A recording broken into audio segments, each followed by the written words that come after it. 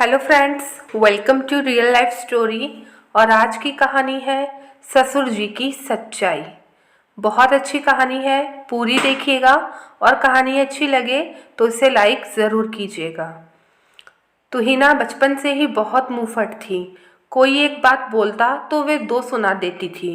शुरू शुरू में तो सबने उसे नादान समझकर उसकी बातों को नज़रअंदाज करते रहे, पर तुहिना उसे ये लगने लगा कि वो जो बोल रही है सही बोल रही है, अच्छी बात कह रही है।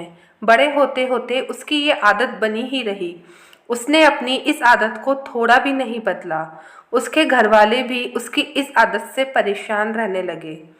उसकी मम्मी उसे बहुत समझाती, पर वह ये कहकर उनका मुंह बंद कर देती कि आजकल जो चुप रहता है उसी को ही सब दबाने की कोशिश करते हैं।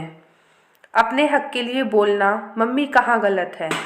खैर, उसके घरवालों ने एक अच्छा लड़का और परिवार देखकर उसकी शादी कर दी। शुरू के कुछ दिन तो बहुत अच्छे से गुजरे, पर अपनी आदत से मजबूर तुहिना ने ससुराल में भी सबको सुनाना शुरू कर दिया। धीरे धीरे उसके घर में हर किसी के साथ खटपट शुरू हो गई। कभी सास के साथ तो कभी अपने पति के साथ वह आए दिन लड़ती रहती। तुहिना का पति अंकित बहुत सुलझा हुआ इंसान था, इसलिए वो तुहिना को बहुत प्यार से समझाता था और उसे धैर्य रखने को कहता था। पर तुहिना वह कुछ समझना ही नहीं चाहती थी। एक दिन तुहिना अपनी किसी सहेली के यहाँ जा रही थी तो उसकी सास ने उसे रोका और कहा, बहू, तुम्हें जाना था तो तुमने पहले क्यों नहीं बताया? अभी ऐसे घर के सारे काम छोड़कर चली जाओगी तो सब काम कैसे होंगे? अपनी सास की बात सुनकर तुहिना भी शुरू हो गई।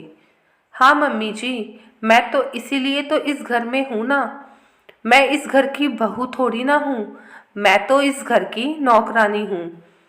घर के काम तो मम्मी जी आप भी कर सकती हैं, पर नहीं, आप नहीं करेंगी, क्योंकि आप तो सास है ना, मुझे ही करना होगा।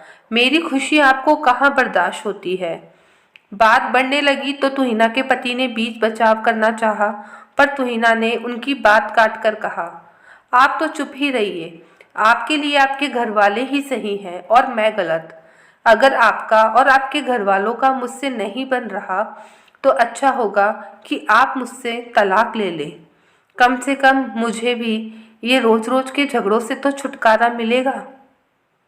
इससे पहले तुहिना का पति अंकित कुछ बोल पाता, तुहिना के ससुर जी, जो काफ़ी देर से सब सुन रहे थे, बोले, बहू, जीवन में बिखराव बहुत आसान है, लेकिन सामंजस्य थोड़ा कठिन है। मुझे शादी से पहले ही तुम्हारे इस मुंहफट होने की आदत के बारे में मालूम था। मैं चाहता तो उसी समय मना कर सकता था, पर मुझे उम्मीद थी कि तुम इस घर के प्रतिष्ठापूर्ण, संयमित और अनुशासित माहौल में ढल जाओगी।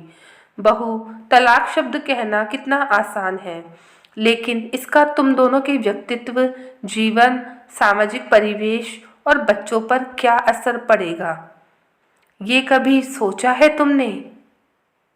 तुहिना, आज के बाद जब भी तुम्हें गुस्सा आए तो तुम मुझको गाली देकर चली जाया करो, पर इस परिवार में सभी के साथ सामंजस्य बनाए रखो। अपने ससुर जी की ये सब बातें सुनकर तुहिना को बहुत बुरा लगा और उसे अपनी गलती का एहसास हुआ और उसने सबसे माफ़ी मांगी। उस दिन के बाद से उसने किसी को शिकायत का कोई भी मौका नहीं दिया। और सच भी है सखियों, हम गुस्से में न जाने कितना कुछ कह जाते हैं और बाद में इसका घातक परिणाम हमें भुगतना पड़ता है। ज़रूरी है हम जीवन में सामंजस्य बनाए रखें। तो सखियों, कैसी लगी आपको कहानी? कमेंट सेक्शन में हमें ज़रूर बताइएगा। और अगर आपको कहानी अच्छी लगी हो तो वीडियो को लाइक करना मत भूलिएगा। तो अब हम मिलेंगे नई कहानी के साथ में, तब तक अपना ध्यान रखिएगा।